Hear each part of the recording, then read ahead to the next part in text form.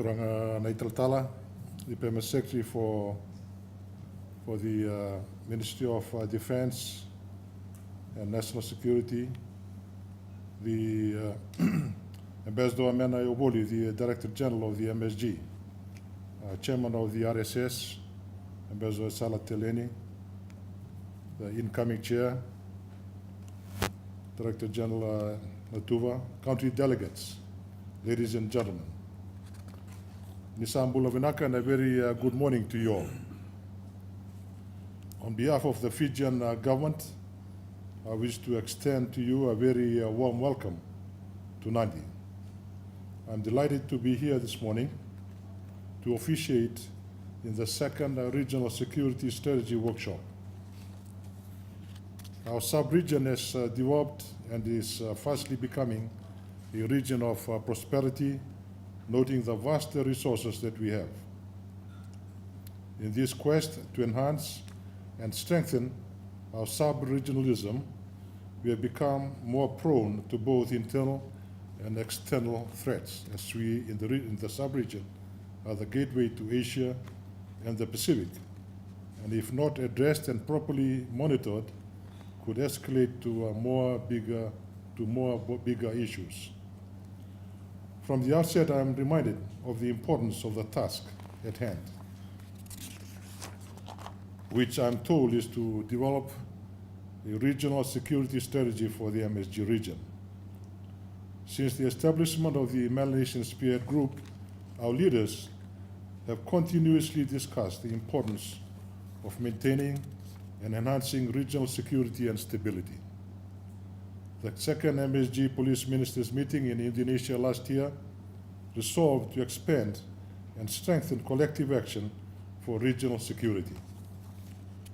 With the porous nature of our borders, the MSG sub-region is experiencing more complex and multifaceted security challenges, including illegal, unregulated, and unreported fishing, transnational crime, drug smuggling, and human trafficking, cybersecurity challenges, climate change, and non-traditional threats.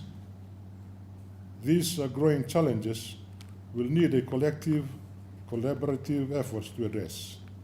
Thus, the need for an overarching document to address the concerns is warranted in the regional security strategy. We as a region must contend with this strategy context and more. It is important, therefore, that MSG countries are able to independently and collectively navigate through these current and future challenges. For the MSG region, the RSS document must ensure that we are on the same platform to safeguard our resources, our people, and most importantly, our national boundaries. This November, during the APEC summit in Papua New Guinea, the MSG intends to deploy a formed police unit consisting of 30 personnel, with participation from MSG member countries to assist the Royal Papua New Guinea Constabulary. This intention is consistent with the selfless spirit of our forefathers, who stood shoulder to shoulder with each other in the past. And I'm certain that this proposed strategy of mutual security cooperation will support and capture that spirit. The MSG 2038 Prosperity for All report recognizes peace and security as the common denominator vital for growth in the sub-region. The report identifies 7 key pillars for development in the sub-region, including political stability, economic prosperity, social equality, inclusiveness, and sustainable development. The development of the RSS is consistent with the spirit of the 2038 Prosperity Report, ensuring security in our sub-region. Ladies and gentlemen, without peace and security, there will be no development in our region. In 2010, Fiji endorsed its first national security strategy and is now undergoing a process of reviewing and revitalizing its national security and defense posture. The new national security strategy will provide the basis for establishing a strong, effective, and modern architecture and system that has the capacity and capability of responding to the evolving security needs of Fiji. The Fijian government's priority is to develop a strategy that will safeguard the national security of Fiji's communities and their people. In this regard, ladies and gentlemen, I'm glad to note that fellow member countries are also in the process of developing their own national security strategies, a process which will fit in and complement the current RSS development. You will note from the presentations later this morning from member countries the overlaps and commonalities in security challenges that we have as a sub-region, thus the need for an overarching regional security strategy. Over the next 2 days, as you discuss the regional security strategy, I urge you to be mindful of our current projected geopolitical environment.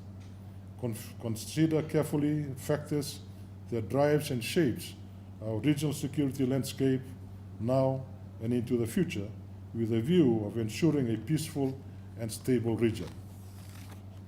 Excellencies and distinguished officials, Melanesia looks forward with great anticipation to a regional security strategy that is fit for purpose, robust, flexible, and affordable.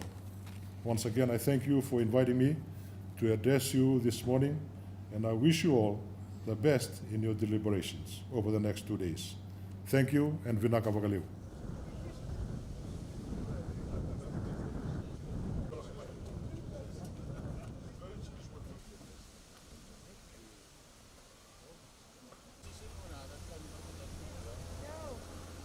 Ready?